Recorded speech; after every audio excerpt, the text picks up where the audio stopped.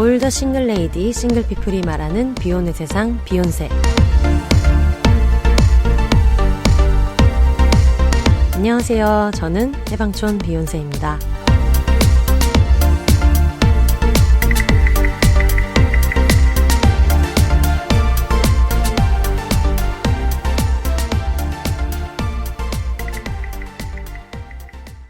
안녕하세요. 해방촌에서 글 쓰는 해방촌 비혼세입니다. 비혼입니다.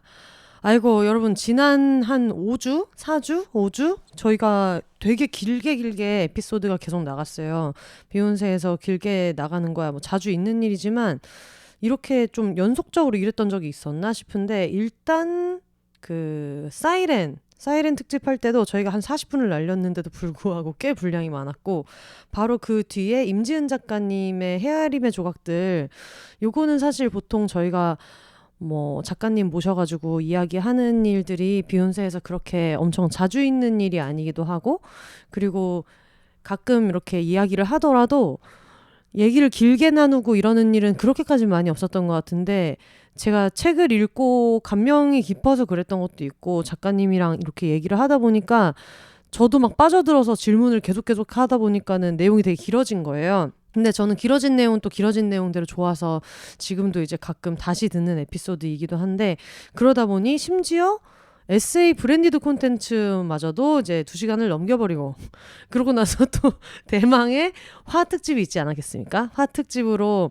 왜 나는 화를 못 낼까 해가지고 요걸 캥 작가님, 짐송님, 혜영 언니, 저 이렇게 했는데, 놀라운 거는 실제로는 녹음분이 더 길었었고, 지금 요거 보니까 얼마나 했냐, 둘 다 하나는 2시간 3분이었고 저번 주에 나온 거는 2시간 20분이 넘었던 것 같은데, 실제로는 저희가 원래 한 3시쯤에 만나서 뭐 녹음 다 끝나고 나니까 9시가 넘었었던 것 같고, 그러고 나서도 거의 이제 차 다 끊기고 이럴 때까지 계속해서 이야기를 나눴거든요. 쉬는 시간에도 계속 얘기했고 녹음 전에도 얘기했고, 그래서 거의 이날 친구들이랑 한 8시간, 9시간 막 이렇게까지 떠들었던 것 같아서 엄청난 녹음을 계속 하면서 지냈는데, 그러고 나니까 그 뒤에 또 여러 가지 제가 사적으로 할 일도 되게 많았고, 주로 노느라고, 일하는 것보다는 노느라고 할 일이 되게 많아서 엄청 바쁜 한 달을 보냈습니다. 그러다 보니까 어느 날 정신을 차리니까 제가 입술이 다 터져 있고 실제로 입술이 터져가지고, 저를 이제 친한 치과의사 언니가 이제 보자마자 너 이거 무슨 연고 발라야 된다 해가지고 알겠어 해놓고, 또 노느라 정신이 없어갖고 약국도 못 가고 막 그런 거예요. 엄청 바쁜 시간을 보내서 이미 이 화내는 사람 특집을 할 때 정해놨었죠. 이 뒤에는 나는 안 한다. 나는 뒤에는 무조건 혼자 녹음하겠다 라고 얘기를 해서, 원래는 녹음을 어제 하려고 준비를 다 해놨다가 어제 녹음을 하려고 이것저것 챙기다가 또 갑자기 무슨 일이 생겨서 짜잘한 일을 좀 해결하고 뭐 이런저런 집안일 하고 이러다 보니까 2시 이렇게 된 거예요. 근데 보통은 2시 정도 돼도 그냥 녹음을 하거든요. 그렇게 뭐 힘든 것도 아니고 누가 와서 기다리는 것도 아니고 혼자 얘기를 하면 되니까 녹음을 해야지 해서 녹음을 하다가, 제가 정말 그랬던 적이 없는데 말을 하다가 고개가 넘어간 거예요.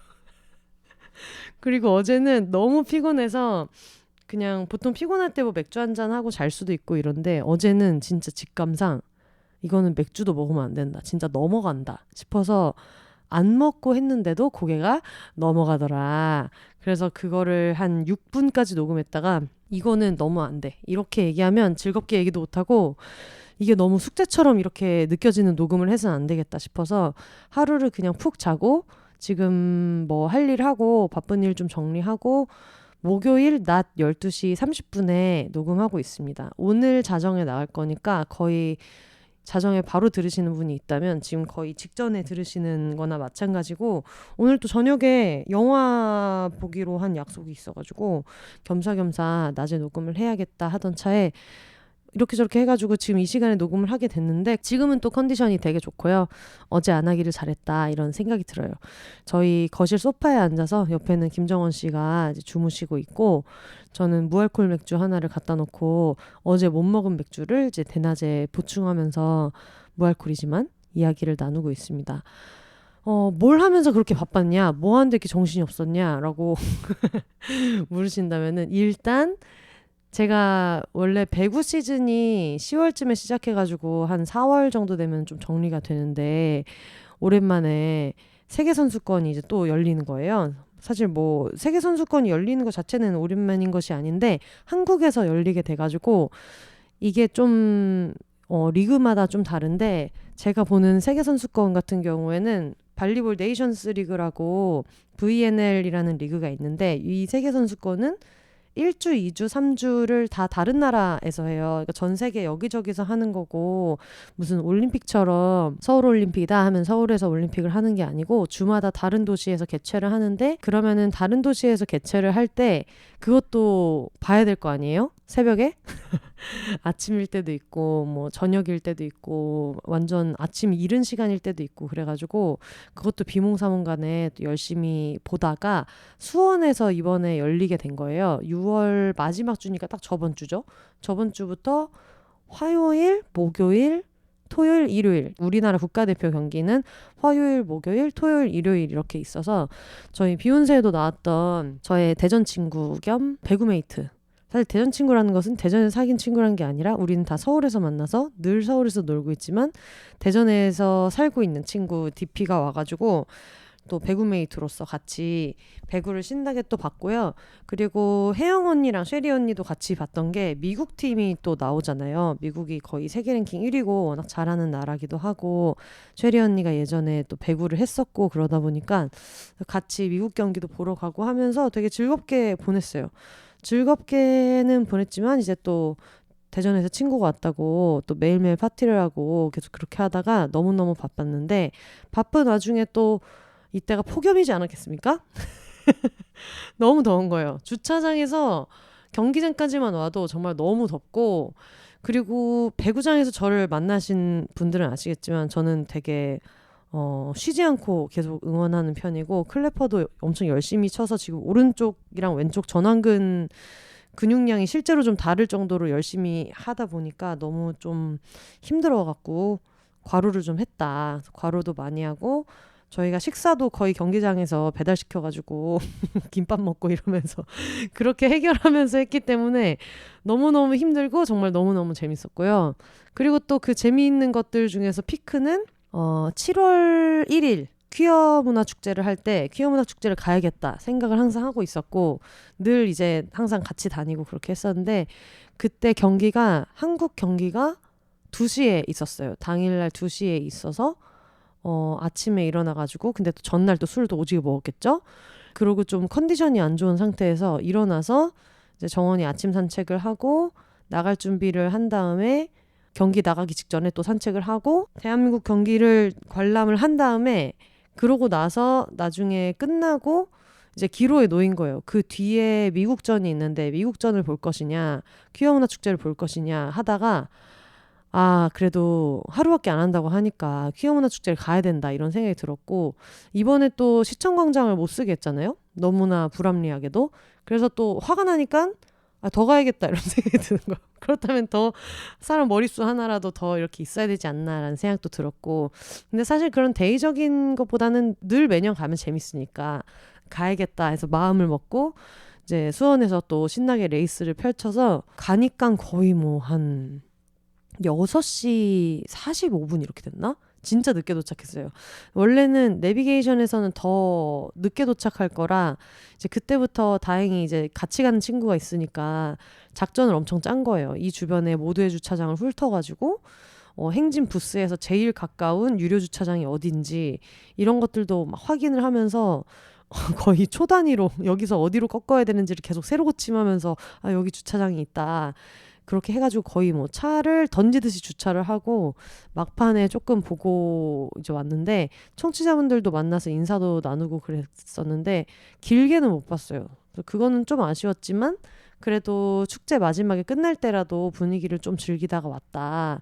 분위기를 즐기다가 와서 집에 와가지고 정원이 산책을 해주고 그냥 뭐 어영부영 하다가 그냥 일단 술집을 갔어요. 일단 술집을 가서 이제 맥주 한 잔 먹으면서 반려견 동반되는 술집이 동네에 있어가지고 거기에서 맥주 한 잔 하고 이제 이렇게 있다가 그 정원이 전용 소파를 항상 공간을 해주셔가지고 거기에서 정원이 이제 밥 먹고 맥주 한 잔 하고 정원이를 이제 집에 데려다 주고 간식 주고 잘 재워놓고 안녕 하고서는 엄청 오랜만에 이제 파티를 가자. 키워문화축제 애프터 파티를 제가 서울 용산구 해방촌에 사는데 경리단이 가깝거든요. 경리단이랑 이태원 뭐 해방촌 이쪽이 다 가까워서 이쪽에서 애프터 파티 하는 곳들이 많아가지고 친구들이 좀 나는 여기 가고 싶어 했던 곳도 있고 그래갖고 그 중에 하나를 방문을 했어요. 방문해서 거기서 하는 쇼도 열심히 보고 막 이렇게 했었는데 저희가 말씀드렸다시피 DP하고 저는 옛날에 엄청나게 춤추면서 많이 놀던 친구 아니었겠습니까?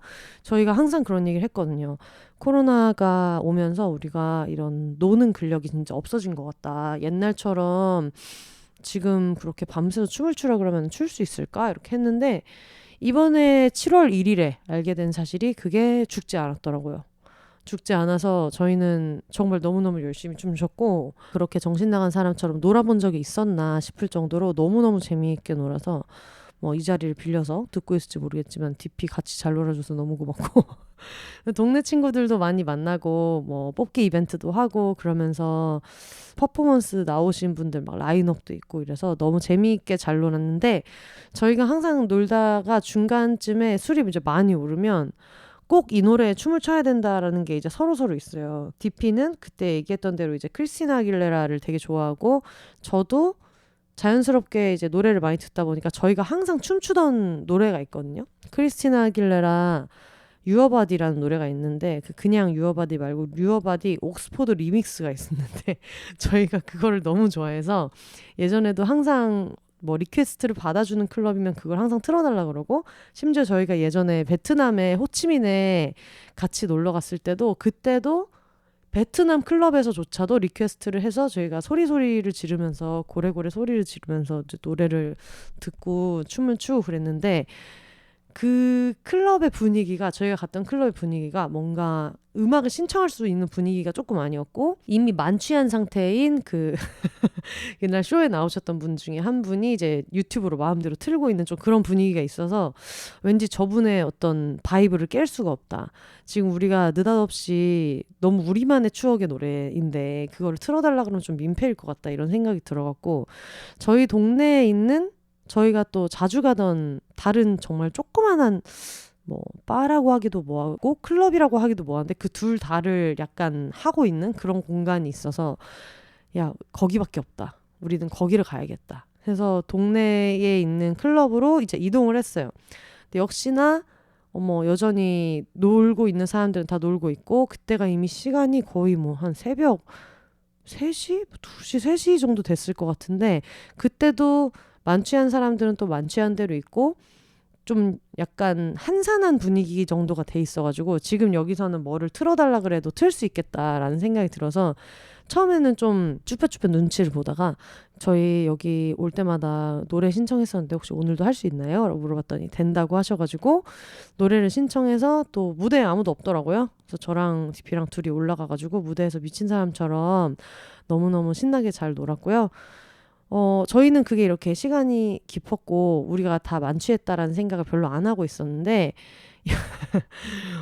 갑자기 저희 옆에 계시던 어떤 다른 분께서 거기 클럽이 노래를 유튜브로 틀었는데 신승훈의 I Believe 노래를 이제 트시더라고요.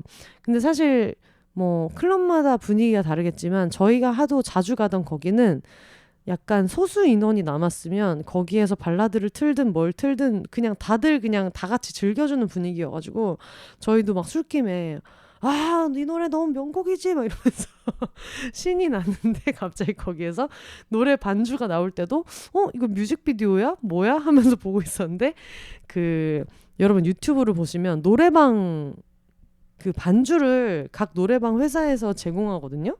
근데 신승훈의 I Believe 노래방 반주가 나오더라고요.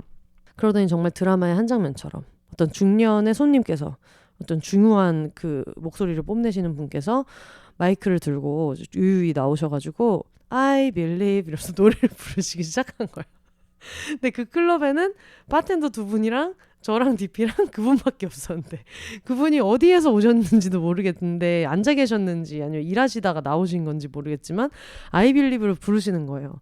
근데 또 한국인으로서 가사를 다 아는 노래가 만취 상태에서 나왔다. 이거는 노래를 부를 수밖에 없는 그런 환경이기 때문에 저랑 DP도 너무 신이 나가지고 노래를 완창을 했거든요. 그리고 그분도 2절까지 뭐 간주 점프 이런 거 없으니까 유튜브는 다 부르시길래 저희도 이제 신나게 다 불렀어요. 근데 그거를 다 부르고 나니까 바텐더 분들이 이제 저희를 부르시면서 문 닫을 거니까 잔에 있는 음료 테이크아웃 잔에다 바꿔드리겠다. 그게 이 클럽에서 만취 손님들이 너무 많고 이제 문 닫아야겠다라는 생각이 들 때 하는 어떤 신사적인 나이스한 제스처인데 여러분 이제 저희 문 닫습니다라고 하지 않고 저희 이제 문을 닫아야 되는데 테이크아웃 잔에다가 잔 바꿔드릴게요 라고 이야기를 하시면 나가라 이제 이런 뜻이거든요. 샷다 내릴 거니까 나가라. 그래서 저희는 이제 그거를 들고 이제 쫄래쫄래 집에 와가지고 집에 와서 또 편의점을 털어서 라면도 먹고 뭐 그 계란찜도 해 먹고 그러면서 영화를 봤나? 드라마를 봤나? 드라마를 틀었는데 아마 그 전에 영화를 한 편 보다가 야 이거 영화 재미가 없다 이러면서 봤던 것 같아요. 그러면서 어떻게 하다가 그냥 다 기절해가지고 DP는 소파에서 자고 저는 이제 방에서 자고 이렇게 하면서 즐거운 2박 3일을 신나게 보냈고요. 그러고 나서도 또 다음날 배구 경기가 또 있었어요. 일요일 날. 그래서 배구 경기가 또 있어서 오후 경기니까 집에서 좀 충분히 쉬고 근데 그때부터도 너무 피곤한 거예요. 너무 피곤해서 그때는 이미 입술에 부르튼 게 이렇게 샤워를 하면은 입술에 딱지가 앉았었거든요. 피곤해서 이렇게 부어가지고 수포처럼 올라왔던 게 붙었다 떨어졌다 하니까 나중에는 샤워할 때 세수를 하는데 이게 불려진 상태에서 좀 딱지가 두꺼운 상태에서 떨어지니까 피가 흐르는 거야. 피가 줄줄줄줄 흐를 정도로 나가지고 그걸 어떻게 막 수습을 하고 그러고 배구장에 갔는데 배구장에서 이제 우리나라 경기를 보고 그 다음 경기가 미국이랑 중국 경기가 있었는데 미국도 그렇고 중국도 그렇고 너무 잘하는 거예요. 둘 다. 그래서 그거를 그 전에도 이미 우리랑 중국이랑 경기를 할 때 중국이 정말 잘하는구나 하는 것도 봤었고 그렇다 보니까 미국이랑 하는 것도 빅매치겠다 해서 우리나라가 안 나오는데도 또 그걸 보겠다며. 그걸 보겠다고 또 졸려 죽겠는데 그걸 또 기다리면서 꼬마 김밥 시켜가지고 꼬마 김밥을 집어 먹으면서 미국과 중국의 경기를 굉장히 열심히 봤고요. 결과적으로는 너무너무 재밌었고 그리고 지금 우리나라 배구가 배구 팬이 아니어도 알만한 이제 김연경 선수를 비롯해서 한국 배구를 계속 이끌어온 김수지 선수, 양효진 선수, 김연경 선수 이렇게 세 분이 베테랑이었는데 이 세 멤버가 이제 후배들한테 기회를 줘야 된다 해가지고 국가대표로 이제 은퇴를 한 번에 도쿄올림픽을 끝나고 세 분이 같이 주축 멤버가 다 은퇴를 하셨단 말이에요. 이제 그러다 보니까 이분들이 의도하신 대로 그 자리를 좀 더 어린 선수들이 채우게 되면서 우리가 알던 팀하고는 다르게 완전 새로운 팀이 지금 된 상태예요.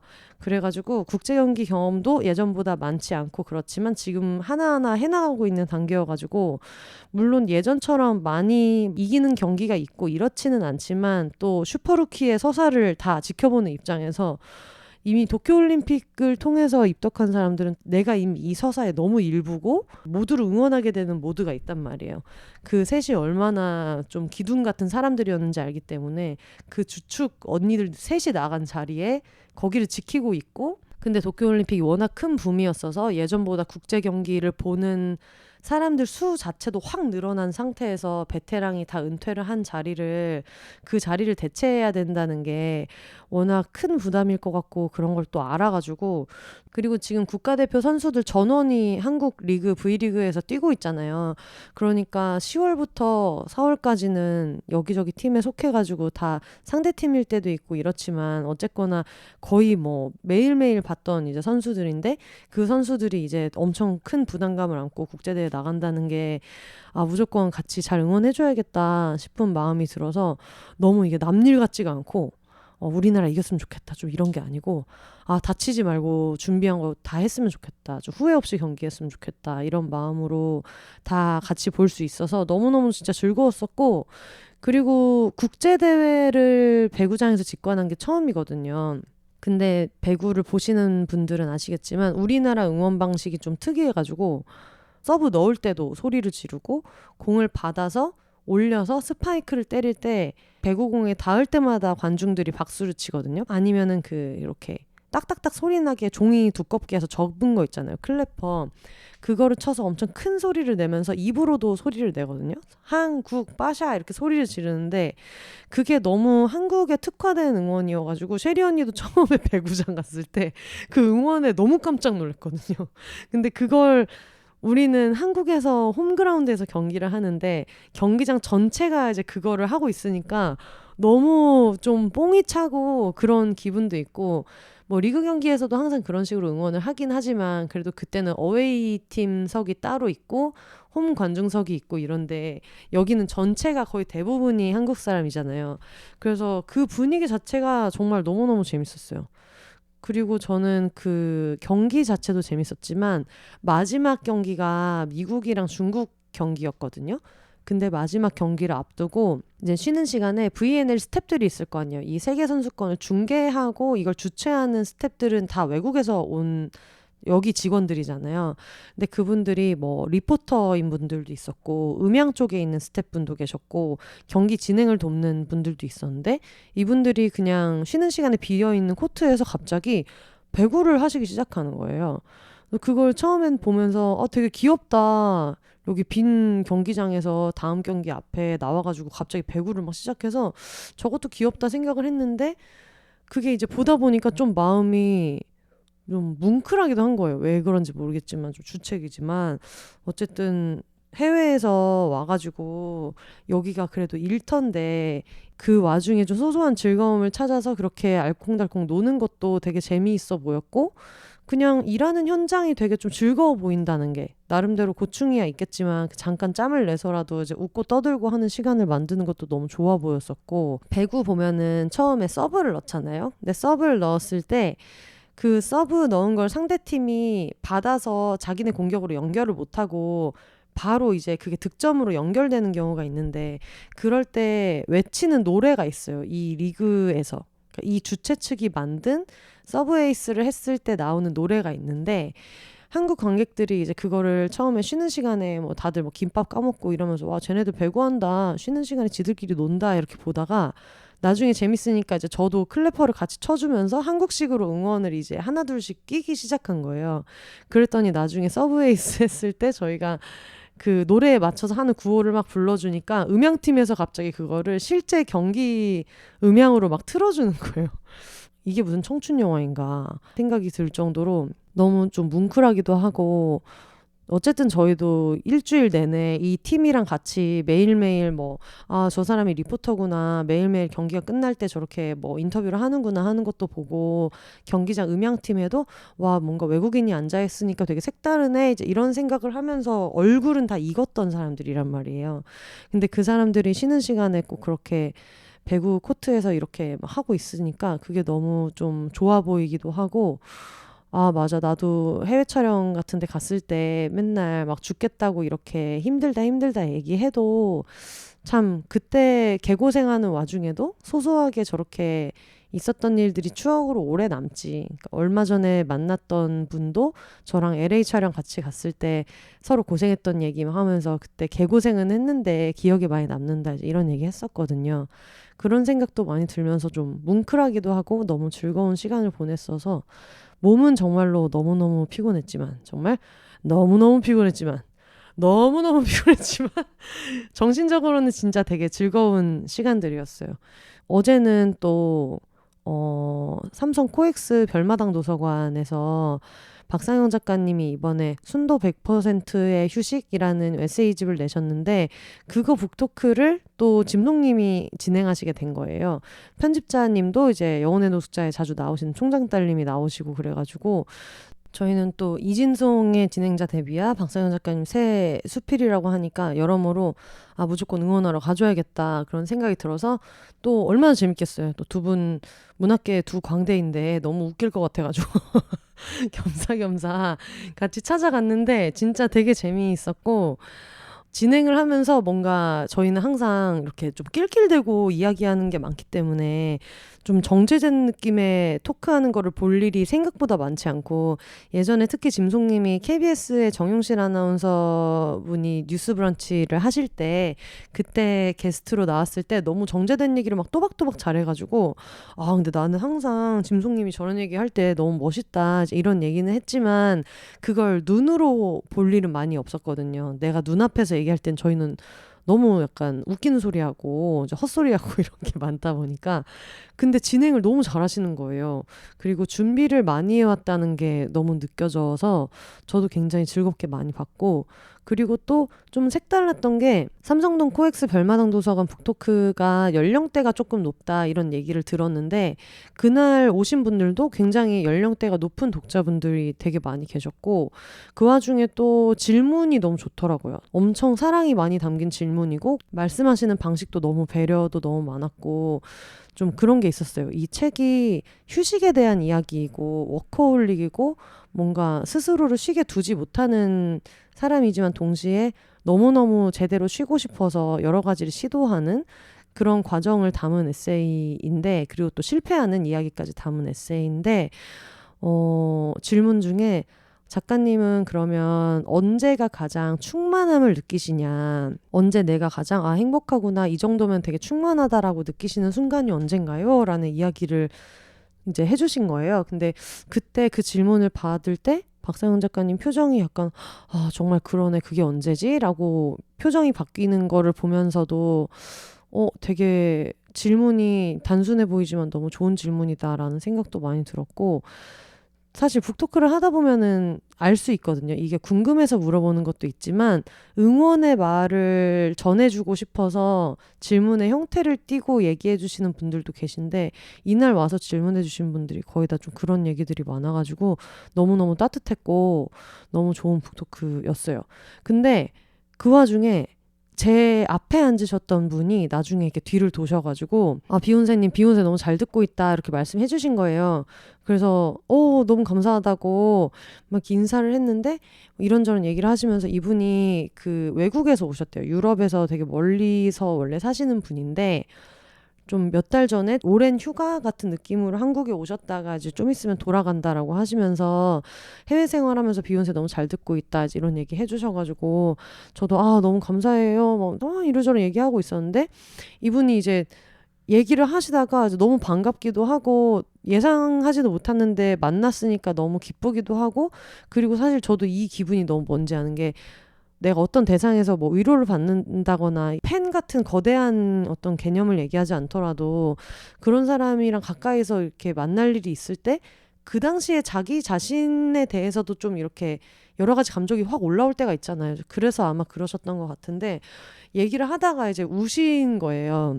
저도 이제 이 얘기를 나중에 혹시 비욘세에서 이 에피소드를 얘기해도 되냐라고 이제 여쭤봤고, 너무 좋다고 얘기해달라고 해주셔가지고 이제 허가를 받고 이제 얘기를 하게 되는데, 그분이 이제 우시길래 제가 아이고 어떡해요 그러니까 너무 놀라셨을 것 같다, 왜 이렇게 눈물이 나는지 모르겠다, 너무 죄송하다 이제 이렇게 얘기하시길래 저는 그냥 솔직하게 아니요, 지금 너무 슈퍼스타가 된 기분이고 지금 너무 기분 좋고 전혀 당황하지 않았다, 동네방네 너무 자랑할 거다, 나를 만나가지고 너무 기분 좋다고 우시는 분이 계셨어요. 이런 얘기를 농담으로 막 하면서 되게 감동적인 말씀을 진짜 많이 해주셨어요. 너무 사적으로도 제가 사실 요즘엔 좀 이런 기간이거든요. 그래서 뭐 지금도 너무 노력하고 있고 이런 얘기를 해주시면서 좀 우셔가지고 아이고 어떡해 이렇게 했는데, 그리고 제가 사연도 보냈었거든요 막 이렇게 말씀하시는 거예요. 그래서 해외 생활이 뭐 이런 게 힘들고 이런 거에 대한 사연이었으려나 생각하면서 혹시 어떤 사연 보내셨어요? 물어봤는데 그분이 이제 눈물을 막 훔치시면서 자위들 지내고 계십니까? 그래서 자위 관련된 사연을 보냈다고 하는데 너무 웃긴 거예요. 그게 순간적으로 앞에서 이분이 눈물이 진짜 글썽인 게 아니고 정말 주룩주룩 우셨거든요. 근데 그 와중에 거기서 눈물을 닦으시면서 자위들 지내고 계십니까? 그때 자위 관련된 사연을 보냈다고 하셔가지고 너무 웃겨서 나중에 이제 이분이 조금 진정되신 다음에 근데 죄송한데 너무 웃긴 것 같다고, 우시는 와중에 또 웃긴 건 너무 웃기네요 라고 얘기해서 진짜 깔깔대고 웃었는데, 그런 좀 재미있는 만남이 있어서 너무 반갑기도 하고 좀 찡하기도 하고 저도 사실 지금도 이렇게 마이크 잡고 집에 거실에 앉아 있지만 늘 건너편에 누군가가 있는 느낌이라고는 항상 얘기는 하는데 이게 또 막상 와닿지 않을 때가 있거든요. 나는 건너편에 누군가가 듣고 있어 라고 생각하면서 늘 방송을 하고 그게 저의 되게 큰 즐거움인데 막상 어떤 상황에서 어떨 때 방송을 들어요 이런 이야기를 그렇게 들을 일이 생각보다는 많이 없고 그리고 그게 있다고 해도 보통 이메일로 많이 받게 되고 이제 그렇다 보니까 근데 너무 눈앞에서 이제 막 생생하게 얘기를 해주시니까 저도 정말 너무너무 반가웠고 아, 맞아. 나한테는 또 이런 좋은 관계가 있지. 그런 생각이 들어서 보람도 있고 또 이분 외에도 그 되게 많은 분들 만나서 이제 인사도 해주시고 그래가지고 너무너무 반가웠어요. 보통 이런 얘기할 때 인사를 해드리는 게 좋은가요? 아니면은 그냥 편하게 이렇게 지인분들이랑 있게 놔두시는 게 더 편하신가요? 라고 얘기하시는데 저는 일관적으로 얘기합니다. 인사해주시는 게 훨씬 편하고 그리고 저도 너무 반갑고 왜냐면 저는 상대방은 저를 뭐 어쩌다가 알아보거나 했을 때 와 저기 비욘세님이다 하고 이분은 반갑지만 저는 맨날 목소리만 송출하고 있다 보니까 비욘세 청취자인 거를 뭐 피켓을 들고 다니시지 않는 이상 모르잖아요. 그래서 혼자 반갑지 말고 같이 반가우면 좋겠다. 라는 걸 늘 생각하고 배구장에서도 이번에 만난 분들 많이 계셨거든요. 또 비욘세 청취자분들 중에서도 배구 팬분들이 되게 많으셔가지고 이런 고인물 분들 이제 지나가다가 마주쳐도 또 오셨네요 라고 하는 분들이 되게 많아서 그런 분들도 너무너무 반가웠고 그래서 되게 즐거운 시간을 많이 보내서 너무 반가웠습니다. 저의 근황은 또 이런 게 있었는데 청취자분들은 그동안 또 어떤 일들 많이 있으셨는지 근데 제가 그동안에 이 근황 보내달라는 사연 공지를 못해가지고 많은 분들이 보내주시지는 못했지만 그래도 근황 보내주셨던 거를 좀 읽어드리도록 하겠습니다. 이분은 그 닉네임을 안 적어주셔가지고 제가 익명이라고 하기에는 이제 스스로 소개한 부분이 있어서 익명은 아니기도 하고 익명이기도 하지만 한번 읽어볼게요. 혼세님 안녕하세요. 올 초에 생각만 하던 저의 개인 프로젝트로 홈페이지 만들기에 도전하겠다며 주절주절 메일을 드렸었는데 드디어 오픈을 하게 되어 메일을 씁니다. 비욘세닷컴 오픈하신 거 보고 많이 자극받았기도 했고 혼세님에게 저 5월까지 홈페이지 만들 거예요 라고 메일 드렸던 것이 동력이 되어 혼세님에게 완성하고 다시 사연을 보내야 한다는 생각으로 스스로를 채찍질해서 5월은 아니지만 6월에 완성하고 메일을 드립니다. 제가 만든 홈페이지는 악플박제라는 홈페이지예요. Stop Bad Reply stopbadreply.com으로 들어오실 수 있어요. 악플박제에서는 제3자에 대한 악플을 박제하고 박제한 자료를 다운받아 고소에 활용할 수 있습니다. 나중에 설명을 해주시겠지만 악플 내용을 박제하는 게 아니라 이런 인간이 이런 악플을 올렸다는 내용이 박제되는 이제 웹사이트를 만드신 건데 본인에 대한 악플은 직접 신고를 할 수 있지만 방송인이나 콘텐츠 크리에이터 같은 공인들은 광범위한 인터넷 세상의 악플을 모두 확인하고 직접 신고하기는 어렵다는 점에서 시작되었어요. 저는 책이나 TV, 영화, 팟캐스트 등 다양한 매체 속의 사람들과 작품들로부터 힘을 얻어서 살고 있어요. 멋진 사람과 작품들을 알게 되고 자극받기도 하고 위로받기도 하고 덕질하고 사랑하는 것이 제 인생의 활력소예요. 몇 년 전 어떤 젊고 재능이 있는 연예인들을 잃게 된 일들이 있었지요. 사실 지금도 잃어가고 있다고 해야 맞을 거예요. 제가 감히 이렇게 얘기해도 될지 모르겠지만 저도 그 사람들을 사랑했어요. 제 사랑이 그렇게 무게가 있는 것도 대단한 것도 아니지만 많이 슬프고 힘들었습니다. 그 사건들 이후 악플로 인해 고통받는 사람들이 더 잘 보이게 되었어요. 항상 저에게 살아갈 에너지를 기쁨과 웃음을 주는 사람들을 마음 아프게 하는 것들에 대해 생각이 많아졌어요. 악플로 고통받는 내가 사랑하는 사람들을 위해 무엇을 할 수 있을까? 뭐라도 해야겠다. 그런 생각을 하다가 악플 박제 홈페이지를 만들게 되었습니다. 그래서 홈페이지에 들어가면 제 마음을 그대로 적은 악플로 고통받는 사람들을 위해 무엇을 할 수 있을까? 라는 문구가 나옵니다. 특정인에 대한 게시판 생성을 요청하시면 제가 게시판을 만들어 드려요. 그러면 그 안에 악플을 저장, 즉 박제하실 수 있어요. 박제한 악플은 타인에게 공개되지 않고 악플 개수와 응원 메시지만 노출이 되어요. 악플이 공개되면 그걸 보는 사람들 모두가 고통을 받을 수 있으므로 숨기기로 했어요. 그리고 악플 피해자가 이 사이트를 알게 되었을 때 악플을 신고한 신고자들이 그 사람을 얼마나 사랑하고 응원하는지 알았으면 하는 마음으로 응원 메시지는 노출되게 만들었어요. 응원 메시지는 악플을 박제할 때 선택적으로 입력할 수 있어요. 내가 신고한 악플은 마이페이지에서 엑셀과 압축 파일 형식으로 다운받으실 수 있어요. 다운받은 파일은 여러 소속사에서 고소를 위한 절차에 사용되는 형식을 참고해서 만들었어요. 그러니 개인이 고소 자료를 취합하기 위한 아카이브로도 사용하실 수 있습니다. 악플 박제에 악플을 박제해서 악플러에게 너 악플 여기서 취합되고 있어 라고 경고도 하고 추후 소속사에 고소용 자료를 보낼 때 다운로드하여 사용할 수 있습니다. 관리자인 저는 모든 악플 파일을 다운로드할 수 있어요. 그래서 악플 피해를 본 본인이나 대리인 혹은 수사기관이 고소 등을 위해 전체 악플 자료를 요청하면 제가 취합된 모든 자료들을 전달할 예정입니다. 악플 박제 홈페이지가 많이 알려져서 악플러들의 마음이 불편해져서 악플이 줄어들 수 있으면 좋겠습니다. 네, 저는 악플러들이 내 악플이 박제되었나? 이거 고소되는 거 아닌가? 생각하며 괴로웠으면 좋겠어요. 인터넷이라는 익명성에 기대 헛소리를 배설하는 인간들 때문에 멋지게 자기의 삶을 살아가는 사람들이 괴로워하는 건 정말 말도 안 되는 일이니까요.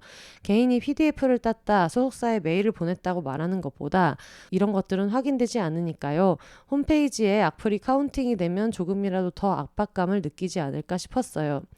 이제부터 제가 사랑하는 콘텐츠 크리에이터 분들에게 메일을 드려서 혹시 필요하신 일이 있으시면 사용하시라고 말씀드릴 예정이었는데 이 메일을 쓰는 게 생각보다 쉽지가 않네요.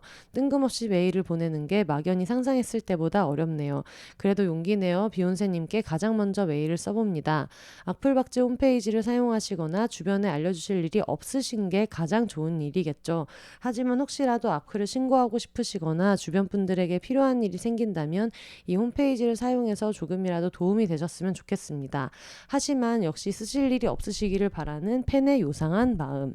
언젠가는 비욘세와 자매 방송들의 광고 문의를 드리고 테라브레스와 액티비아의 자리를 위협하는 광고주가 될 수 있도록 잘 운영해 보겠습니다. 이렇게 메일을 적어야 게으른 사자인 제가 운영을 포기하지 않고 잘할 수 있을 것 같네요. 엄청 게으른 인간이고 늘 뭔가 시작은 하지만 완료를 잘 못해서 이게 될까, 끝까지 만들 수 있을까 하면서도 내심 불안했는데 혼세님에게 메일로 셀프 큰 소리를 치고 마감 기한까지 말해버린 게 엄청 큰 동기부여가 됐었어요. 그래서 어리둥절하시겠지만 감사하다고 인사 전하고 싶었습니다.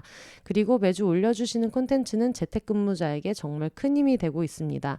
이것도 감사하고 주절주절 엄청 길게 썼는데 읽어주셔서 감사합니다. 이제 본격적인 여름이네요. 늘 더위 조심하시고 건강하세요. 하트 하트 이렇게 보내셨습니다.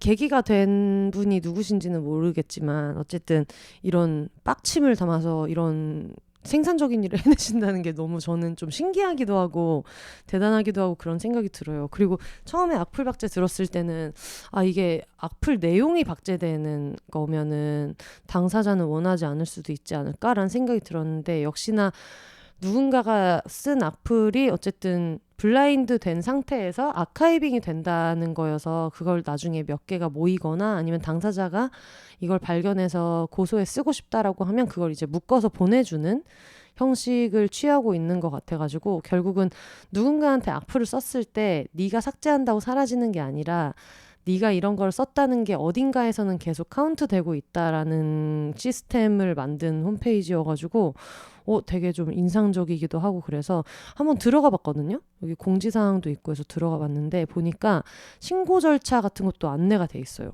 그래서 경찰청에서 사이버범죄 신고 시스템 운영하고 있다.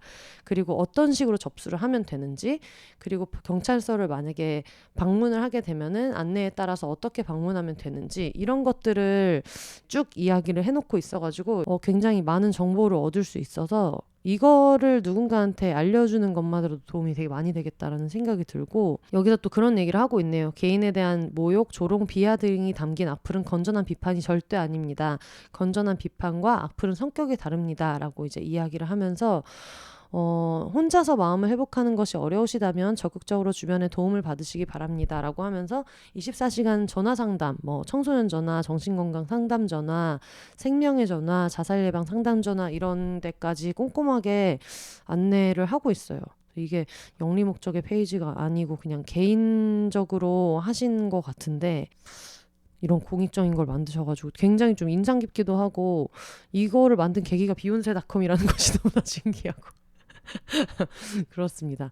요즘에는 근데 저도 저번에 한번 얘기 들었는데 신고하는 게 진짜 편하다고 하더라고요. 신고를 할 때 요즘에 기사에 댓글 같은 거 남기잖아요. 그러면 그 기사 링크만 변호사한테 보내줘도 거기에서 그냥 신고할 사람들 좌라락 골라가지고 할 수 있는 시스템이어가지고 비욘세 들으시는 분들은 그렇게 악플 열심히 달고 계시지 않으시겠지만 혹시나 뭐 주변에 다른 사람이 있다라고 얘기하면은 정말 좆된다라는 것을 꼭 알려주시기를 바라고 그리고 볼 사람 본 다음에 이 사람한테 고통을 줄 만큼 준 다음에 지우면 그만이지라고 생각하더라도 요즘은 또 이런 활동을 하시는 분들조차도 계시기 때문에 악플 다시는 분들은 좀 정말 정신 차리셨으면 좋겠고 의미 있는 프로젝트인 것 같아서 근황 사연이 굉장히 좀 화려하다라는 생각이 많이 들어가지고 이게 아무리 뭐 그냥 뭐 간단한 사이트고 무슨 뭐 상업용으로 하는 게 아니라고 해도 요거 하나를 만드는 게 저도 홈페이지 만드는 거를 이번에 해보다 보니까 제가 직접 한 건 아니라 일이 진짜 많고 복잡한 게 많더라고요. 그래서 보면서 좀 굉장히 좀 고생 많이 하셨다라는 생각이 많이 들었고 혹시 또 이런 주변에 이런 고민하시는 분들이 계시거나 아니면 이게 또 선플 다시고 악플 막 싫어요 누르고 하시는 분들은 대충 아시거든요. 이게 또 이 새끼가 이거 또 달았네 또 달고 또 지웠네 하는 거를 좀 추적 많이 하시는 분들은 또 알고 있기도 하고 이래서 나중에 신고나 이런 데 도움을 받을 수 있는 플랫폼인 것 같으니까 한번 둘러보셔도 좋을 것 같다는 생각이 많이 들어요. 어쨌든 너무너무 고생하셨고 좀 반가운 근황이었습니다.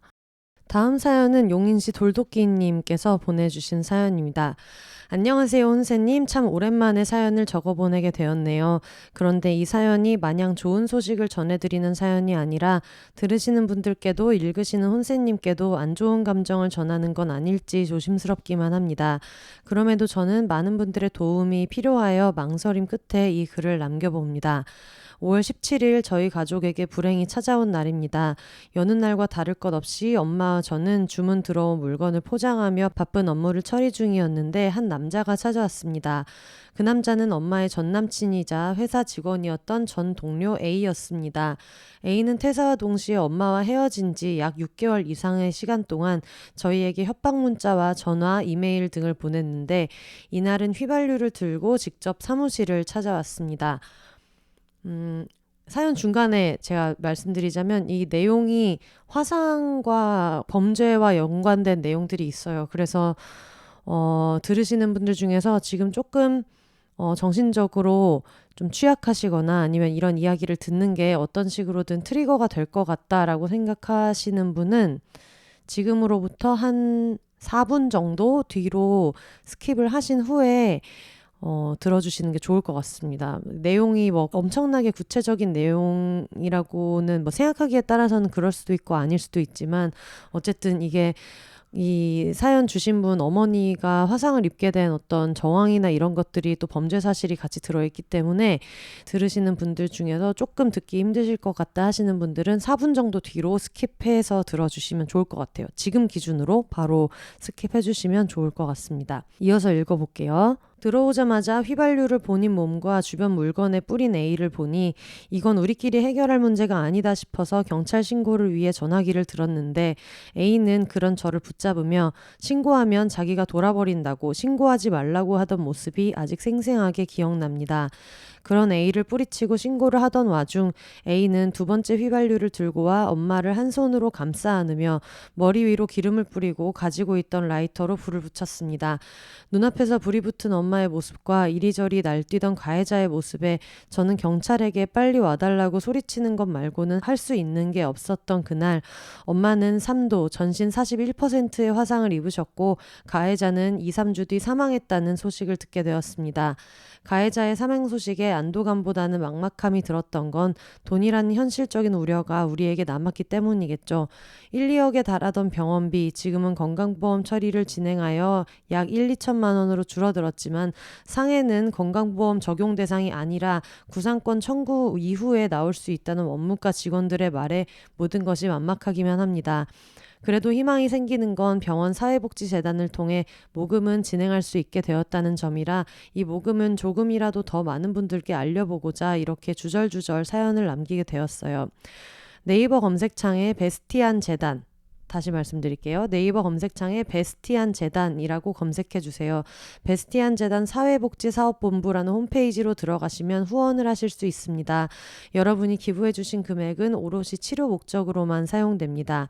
베스티안 재단에 들어가셔서 후원하기, 일시 후원을 하시고 원하는 금액을 입력하신 후 후원 경로에 지원 대상자 클릭을 하신 후에 후원 메모에 오송 베스티안 병원 입원 환자 이지윤 후원이라고 적어주세요.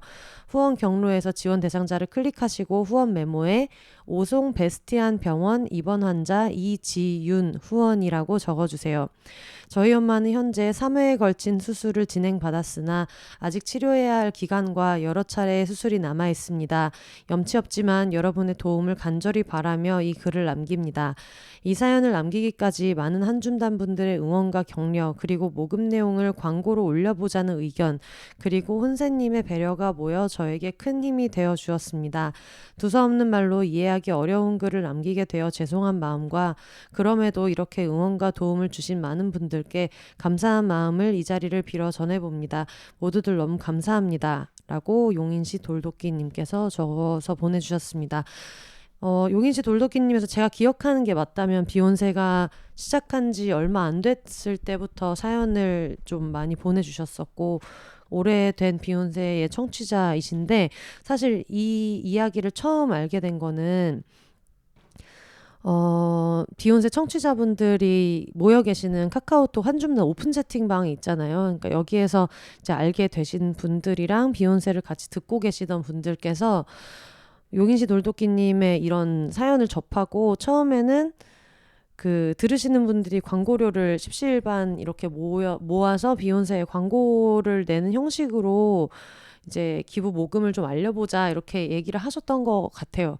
근데 비욘세 청취자 대상으로 하는 어떤 미니 광고나 이런 거 같은 경우에는 글자 수도 제한적이고 사실 모금이 필요한데 거기에 광고료를 지출하는 게 어떨까 싶기도 하고 사실은 좀 워낙 자세한 내용이 있고 여러 가지 사연에 해당하는 내용이기도 하고 사실 지금 이게 실제 용인지 돌도끼님이 처한 최근 근황이기도 해서 저도 이거를 광고로 진행하기에는 멘트에 들어갈 수 있는 분량이 너무 짧고 그리고 사실 이분의 근황에 더 가까운 내용이라 이걸 광고로 하지 마시고 한번 근황 사연으로 보내주시면 저도 그냥 원칙에 맞춰서 사연으로 소개를 해드리겠다 이렇게 이야기를 해가지고 지금 사연이 오게 됐어요. 아마 들으시는 분들에 따라서는 뭔가 이런 기금을 모금하거나 하는 성격의 것을 콘텐츠의 일부로 사연으로 소개하는 것이 듣기에 따라서는 어떻게 느끼실지 모르겠지만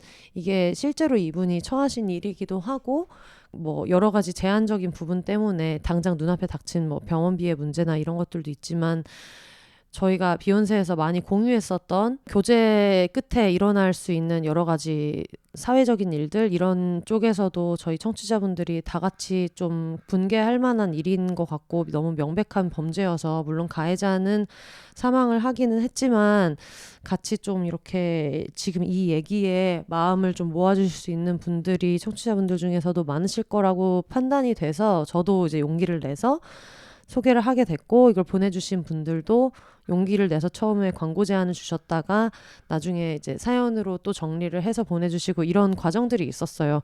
사실 이런 성격의 사연이 비욘세에 가끔 들어올 때도 있는 것은 사실이고 제가 그거를 전부 다 소개하기에는 어렵기도 하고 그리고 이게 어떤 분들한테는 좀 트리거가 될 수 있는 부분도 있고 하다 보니까 그동안은 소개를 다 하지 못하고 있는 부분들이 있었는데 지금은 좀 사안이 시급하기도 하고 뭐 여러 가지 상황이 있어서 저의 판단으로 하고 있는 거니까 사연을 보내신 분에 대해서는 조금 이견이 있더라도 양해를 해주셨으면 하는 마음이 있습니다.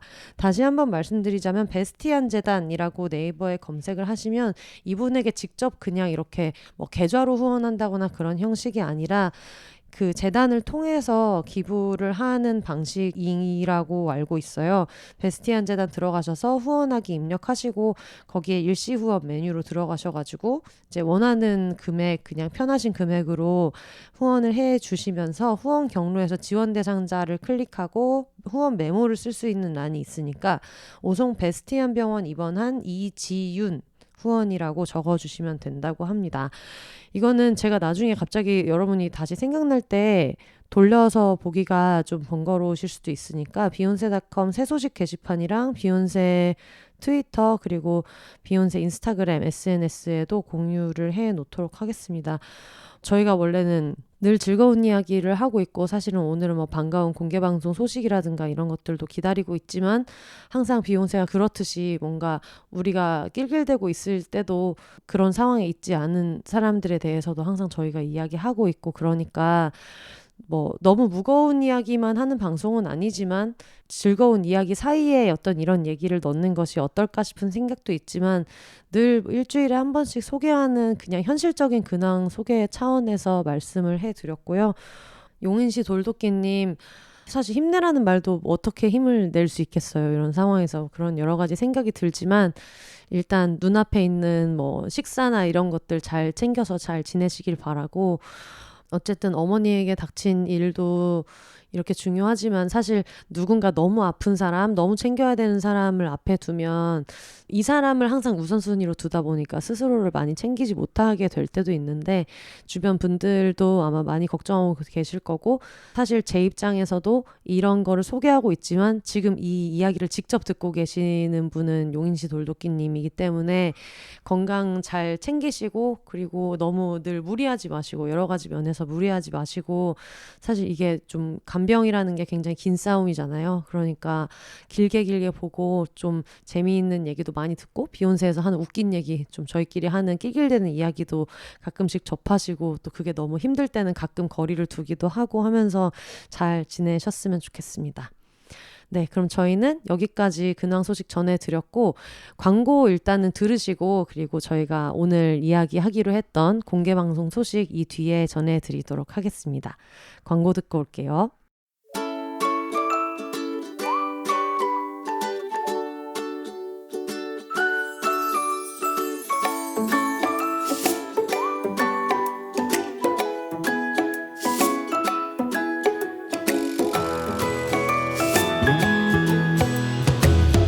비욘세의 장기 파트너사로 함께하고 있는 프리미엄 덴탈 케어 브랜드 테라브레스 넘버원 무알콜, 무색소, 무인공향료 가글 테라브레스로 소중한 치아 건강 잘 지키고 계신가요? 테라브레스도 좋지만 새로운 가글을 경험하고 싶으시다면 혹은 테라브레스가 잘 맞지 않아서 아직도 정착할 가글을 찾고 계신다면 덴탈 케어의 새로운 활력을 가져다줄 브랜드 웨이큰을 경험해보시는 건 어떨까요? 웨이큰은 영국 1위 비건 가글로 영국 채식협회로부터 비건 인증을 받았고요. 생분해성 플라스틱 패키지를 사용하며 지구와 나 모두를 지키기 위해 노력합니다. 무알콜, 무색소, 무인공향료에 가글답지 않은 아치형의 고급스러운 패키지 디자인까지 지금 온눌리 스토어에서 프로모션 코드 비혼세를 입력하면 테라브레스를 구입하실 때뿐만 아니라 웨이큰을 구입하실 때도 최저가로 구매하실 수 있습니다. 비욘세 채널이 계속해서 성장할 수 있도록 수익의 일부는 비욘세 지원금으로 활용됩니다. 최저가 혜택에 더해 비욘세의 힘을 보탤 수 있는 기회까지 지금 온누리 스토어로 가셔서 결제창 프로모션 코드 입력란에 비혼세 세 글자만 입력해주세요.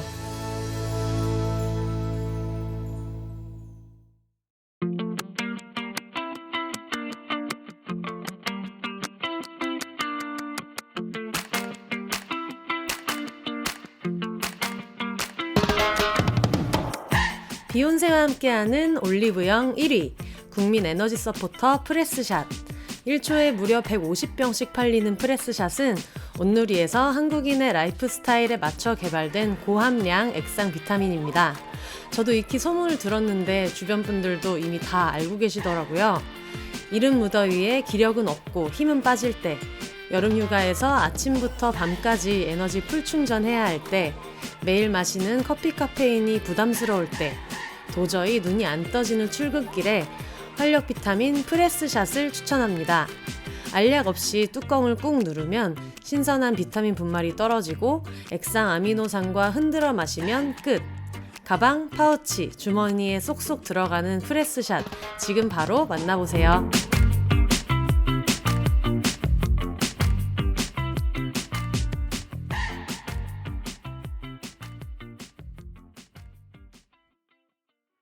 네, 비욘세 계속 광고로 함께하고 있는 고함량 액상 비타민 프레스샷을 저희가 계속 소개해드리고 있는데, 프레스샷에서 비욘세 청취자분들 대상으로 이벤트를 준비해 주셔가지고 요거 한번 공지를 해드릴게요. 지금 아마 여러분들이 방송을 7월 7일에 듣고 계실 텐데, 오늘부터 2주간, 그러니까 7월 19일까지 트위터에 프레스샷 그리고 비욘세를 포함하셔서 뭐 인증샷도 좋고, 아니면은 먹어보고 싶다, 너무 궁금하다 하는 이야기도 좋고, 기대된다 이런 이야기들도 좋고, 요걸 언급해가지고 같이 이야기를 해주시면은 프레스샷을 무려 10분께 한 박스씩 증정하는 이벤트를 한다고 합니다. 사실 고함량 비타민들이 다른 일반 비타민에 비해서 함량도 높고 그렇다 보니까 가격대가 좀 있는 편인데, 한 박스씩을 총 10분한테 보내주신다고 하니까요. 뭐 내용은 자유롭게 보내주셔도 될 것 같아요. 나 요즘에 이런 거 너무 필요해서 비욘세에서 들었는데 프레스샷 한번 먹어보고 싶다, 이런 얘기여도 좋고, 아니면 나는 이미 먹고 있는데 너무 좋다, 잘 먹고 있다, 이제 이런 얘기여도 상관없고 뭐든 좋으니까 비욘세 그리고 프레스샷을 같이 언급하셔가지고 이야기를 해주시면 7월 19일까지 트위터에서 관계자분이 열심히 샅샅이 확인을 한 다음에 총 10분한테 보내주신다고 합니다. 꼭 다들 한번 참여해보시면 좋겠습니다. 그러면 여러분, 오래오래 기다리셨던 비욘세 공개방송 관련된 공지를 드리도록 하겠습니다. 와! 사실 이 공개방송 관련된 거를 그동안 뭐 SNS나 온라인으로만 이렇게 이야기를 하다 보니까 이걸 이용하지 않으시는 분들은 좀 섭섭하실 수도 있고, 그래가지고 이번에는 좀 여유가 있고 날짜 여유가 많이 있기 때문에 무조건 방송으로 제일 먼저 말씀을 드려야겠다라는 생각이 들었어요. 대관이 확정되고 막 이렇게 다 결정이 된 거는 이제 6월에 이미 진작에 이번에 좀 미리미리 준비를 해가지고 결정이 됐는데, 저희가 브랜디드 콘텐츠도 있고 또 이거를 너무 이렇게 언제 합니다라고 한 줄로 이야기할 게 아니다 보니까 느긋하게 말씀을 드려야지 하다 보니 어쩌다 보니까 7월까지 이제 넘어오게 되었는데, 결론부터 말씀드리면 여러분, 비욘세 공개 방송이 10월 7일에, 그러니까 추석 바로 다음 주, 추석 주말 말고 그 다음 주 토요일인 10월 7일에 개최됩니다. 와! 정원아, 와! 네, 코만 움직이고 소리를 질러주지 않았어요. 하지만 정원이도 기쁜 마음으로 옆에서 듣고 있을 거라고 생각하고요. 지금 제가 정원이 정수리를 문질문질 하면서 얘기하고 있고요. 10월 7일에 비욘세의 두 번째 공개 방송이 열립니다. 그런데 이게 어디서 열리느냐, 또 이게 중요하잖아요. 비욘세 공개 방송 어디서 열리느냐. 저희가 이거를 생각을 좀 많이 했는데, 저희가라기보단 제가 생각을 많이 하다가 그동안 모든 공개 방송을, 그리고 또 북토크나 이런 것들도 서울에서 진행을 많이 했었어가지고, 근데 그런 데는 사실 여러 가지 이유가 있어서 서울에서 진행을 많이 할 수밖에 없는 여러 가지 좀 제한적인 상황들이 있지만, 이번에는 저희가 대전으로 한번 가보려고 해요. 대전에서 공개 방송을 하게 되어서 지금 대관이나 이런 게 다 완료된 상태고요. 사실 대전에서 하게 된 데에는, 결정하게 된 데는 여러 가지 이유가 있는데, 일단 제가 대전에서 태어나서 대전에서 굉장히 많은 시간을 보냈고, 그리고 나중에 초중고등학교는 또 부산에서 보내면서 좀 서울이 아닌 지역에서 지낼 일이 굉장히 많았는데, 제가 어릴 때 신승훈 씨를 되게 좋아했거든요. H.O.T가 데뷔한 다음엔 또 H.O.T를 좋아했는데, 초등학교 3학년 이럴 때 신승훈 씨를 되게 좋아했는데, 신승훈 씨가 또 대전 출신 아니겠습니까? 그래서 너무 대전 출신인데 왜 대전에서는 공연을 많이 안 할까? 이런 얘기를 이제 많이 하고 그때부터도 그러고 나중에 제가 부산에서 살게 됐을 때도 그렇고 너무 모든 행사가 서울에 있는 게 제가 이제 지방에 사는 당사자로서 조금 서운한 마음도 있고 그래가지고 그래서 다음에 어딘가에서 공연을 했을 때 서울 바깥에서 하면은 되게 많은 분들이 좀 반가워해 주시겠다 이제 이런 마음도 있었고 그리고 또 제가 배구를 보러 다니다 보니까 배구장이 대전 그리고 광주 김천 그리고 인천 수원은 사실 이제 수도권이니까 그렇게 많이 가게 되는데 제가 배구를 좋아해서 배구를 보러 배구 덕분에 뭐 대전, 김천, 광주 이렇게 방문을 하게 됐을 때 간 김에 거기 여행도 좀 하게 되고 맛있는 것도 먹게 되고 이렇게 하니까 그게 좀 좋더라고요. 만약에 이런 공연이 없었으면은 인연이 없거나 좀 계기가 많이 없어서 못 갈 수도 있는데 가서 보니까 나중에는 계기는 그냥 계기인 거고 여기 와서 있는 것 자체가 너무 즐겁고 이런 경험을 했던 적이 있어갖고 물론 대전에서 하면 대전에 사는 분들도 반가워해 주실 수 있겠지만 이거를 보러 분명히 서울에서 사실 KTX로 40분 정도밖에 안 걸리기 때문에 그렇게 해서 와주시는 분들한테도 대전을 좀 소개하고 싶은 마음, 대전에도 맛있는 게 또 워낙 많고 또 즐길 거리도 워낙에 많아가지고 그거를 좀 와서 봐주셔도 재미있겠다 이제 이런 생각이 들어서 제 고향인 대전에 소개하는 마음으로도 좀 좋을 것 같다는 생각이 좀 들더라고요. 그래서 이번에 대전으로 결정을 하게 됐고 여러 가지 도시들 중에서 왜 하필 대전이냐 이제 이런 질문을 좀 받았는데 주변 친구들한테서 광주, 부산 이런 것도 순차적으로 계속해서 다음에는 이제 쭉쭉쭉 가볼 생각이 있는데 저는 제가 부산에서 오래 살았어가지고 그리고 보통 서울 바깥에서 방송이나 이런 큰 행사를 할 때 부산에서 많이 한다는 것도 저도 알고 있는데 제가 이렇게 노선 같은 걸 KTX 노선이랑 뭐 버스 노선 이런 거를 알아보다 보니까 대전이 약간 다른 지역에서 오기에도 비교적 편한 곳이기도 하더라고요. 예를 들면 부산에서 광주를 가고 광주에서 부산을 올 때 교통편이 생각보다 불편할 수도 있고 그렇다 보니까 어디에서 오시기에도 비교적 편한 사실 이것도 지역에 따라서는 지역이 한 군데가 아니기 때문에 지역에 따라서는 대전이 더 불편하다라는 분들도 물론 계실 수 있지만 확률적으로 봤을 때 여기저기에서 이동하기 편한 곳이 대전이라는 생각이 들어가지고 여러 가지 노선이나 교통편 같은 거를 좀 보고 대전에서 하기로 결정을 하게 됐습니다. 근데 기차표나 이런 거를 알아보기에 너무 추석 그 당일이나 아니면 또 전주에 이동하시는 분들도 계시고 하다 보니까 사실은 추석 전주에 하고 싶었거든요. 바로 그 주는 좀 너무 힘들 수도 있을 것 같아가지고 하게 되면은 추석 전주에서 우리만의 추석 파티 이런 느낌으로 좀 하고 싶었는데 그 전주에 이동해야 되고 또 가족을 만나고 하는 분들도 많이 계시다는 얘기를 들어서 그 바로 다음 주에 진행을 하게 되다 보니 날짜는 10월 7일로 이제 확정이 됐어요. 그래서 그것 때문에 지금 준비를 여러모로 좀 열심히 하고 있고 본격적인 포스터나 이런 것들이 나오려면은 시간이 좀 걸려서 아직은 여유가 있어가지고 지금은 바로 뭐 포스터가 나와 있다거나 하지는 않아서 아마 이 방송으로 여러분들이 듣게 되시는 게 최초 발표이지 않을까 하는 생각이 듭니다. 이전 비욘세 공개 방송이 그랬던 것처럼 이전에 스포티파이와 함께하는 비욘세 공개 방송으로 진행이 됐었는데 이제 그런 식으로 타이틀 스폰서 혹은 중간에 삽입되는 중간 광고 스폰서라든가 아니면은 청취자분들을 대상으로 이제 현물로 선물 주시는 분들도 많이 계셨는데 여러 가지 형태의 제작 지원을 받고 있어요. 선물로만 주시는 분들도 있을 거고 아니면 제작비 일부를 협찬하셔서 또 대전으로 가서 일하는 스태프들한테 좀 정당한 비용을 지급하고 하는 거에 도움을 주시는 방식의 스폰서십도 있는데 이런 여러 가지 형태도 받고 있기 때문에 beyonce.com 혹은 behonses@gmail.com으로 메일 문의를 주시면 저희가 어떤 식의 프로그램들이 있는지 그리고 어떤 식의 지원이 가능할지를 안내도 드리고 또 조율할 수 있는 부분은 또 조율도 할 수 있어가지고 또 주변에 비욘세를 통해서 광고 효과도 보고 또 이 축제의 즐거운 마음으로 참여하고 싶다, 윈윈하고 싶다 하시는 광고 주님들이 계시면 이제 연락을 주시면 열린 마음으로 저희가 순차적으로 꼼꼼히 신속하게 답변을 드리도록 하겠습니다.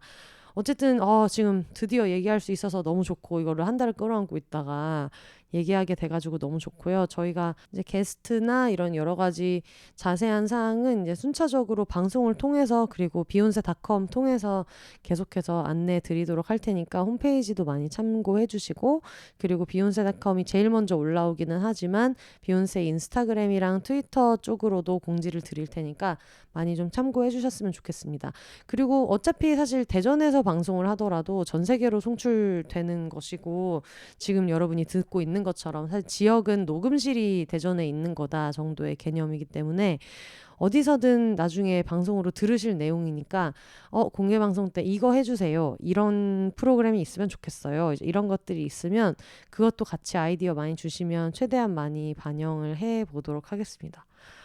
만날 생각을 하니까 진짜 너무 설레고 그리고 저는 대전에서 아주 어릴 때 살았던 거 이외에는 그냥 제가 배구 즐기러 가거나 아니면 놀러 다니거나 이제 이럴 때만 다녔어서 거기에서 제가 뭔가 이런 일로서 행사를 주최한다는 것 자체가 너무 좀 영광이기도 하고 되게 금이환영하는 기분이 있어서 오히려 서울에서 공개방송을 할 때보다 대전에서 여는 게 좀 더 성공한 기분이 있고 그래가지고 지금 공연장이 한 300석, 250석에서 300석 정도 규모예요.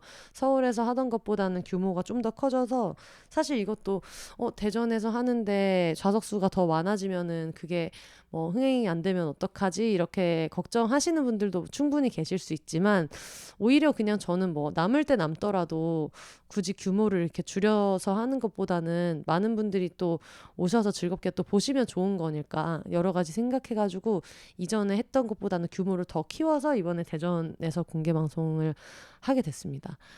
많은 분들 와주셨으면 좋겠고 많이 기대해 주셨으면 좋겠습니다.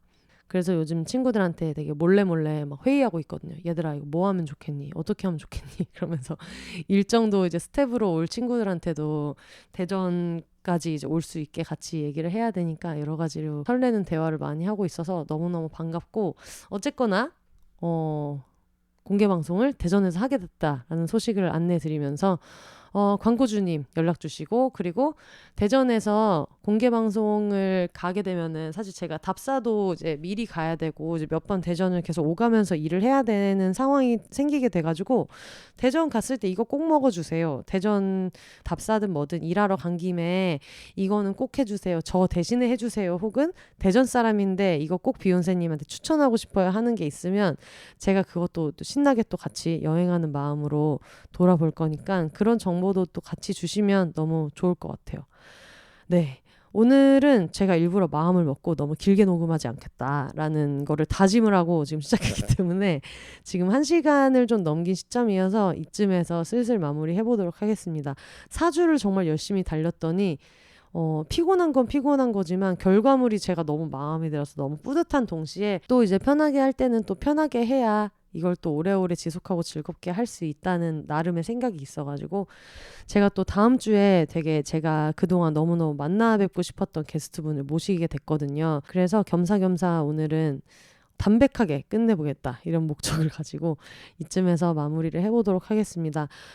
한 달 동안 저도 사실 노느라고 바빴는데 VNL 스태프들이 거기서 놀고 있는 모습을 볼 때도 그랬고 그리고 이번에 북토크 준비하는 모습이나 주변 스태프들 볼 때도 그렇고 노는 걸로도 저도 이렇게 과로를 하고 있는데 그걸 또 준비한 분들도 얼마나 여러 가지 고충이 많으셨겠어요. 특히 퀴어문화축제는 또 너무너무 여러 가지 힘든 일도 많았고 이제 그렇다 보니까 노는 것 때문에 피곤한 만큼 또 그 판을 준비한 사람들에 대해서도 많이 생각을 하게 되고 또 그렇더라고요. 그래서 어쨌든 저와 어떤 식으로든 저의 그 지난 한 달을 피곤하게 또 즐겁게 만들어주셨던 모든 분들한테 진짜 너무 감사하다는 생각이 들고 그리고 또 듣고 계시는 청취자분들도 노신 분들은 또 노느라 일하시는 분들은 또 일하시느라 너무너무 고생 많으셨습니다. 많은 분들 만나 뵙게 돼서 너무너무 반가웠고 지금 대전 공개방송에 대한 공지만 했는데 제가 7월에는 울산 그리고 8월에는 전주에서 지금 북토크가 예정이 돼 있어요. 아직 그 행사 측에서 올라온 공지가 아직 없어가지고 저도 따로 공지하고 있지는 않은데, 이거는 비욘세 관련된 행사는 아니지만 책이랑 관련해서 어쨌든 만날 수 있는 자리를 지금 계속 준비하고 있으니까 생기는 대로 비욘세에서도 타이밍이 잘 맞는다면 공지 드리도록 하겠습니다.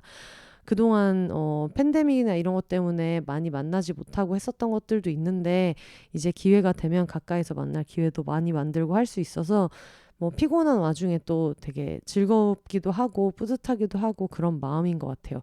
저는 이제 그동안 열심히 놀았던 만큼 이번 주는 좀 여유롭게, 그리고 다음 주까지도 좀 잘 충전해서 비욘세 다음 편으로 또 돌아오도록 하겠습니다. 여러분도 이제 저의 오늘 얘기를 들으시면서 생각하셨을 거예요.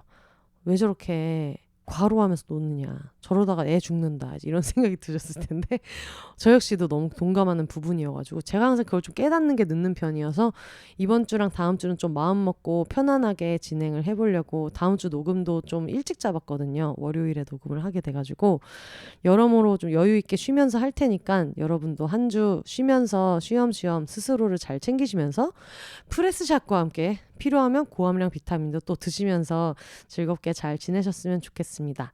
올더 싱글레이디 싱글피플이 말하는 비혼의 세상 비욘세, 그럼 저는 이번 주는 여기까지 하도록 하겠습니다. 다음 주에 정말 반가운 게스트분 모시고 다시 인사드릴게요. 여러분, 이번 한 주도 노느라 일하느라 너무 고생하셨고 이번 주도 더불어 혼자 사세요. 안녕.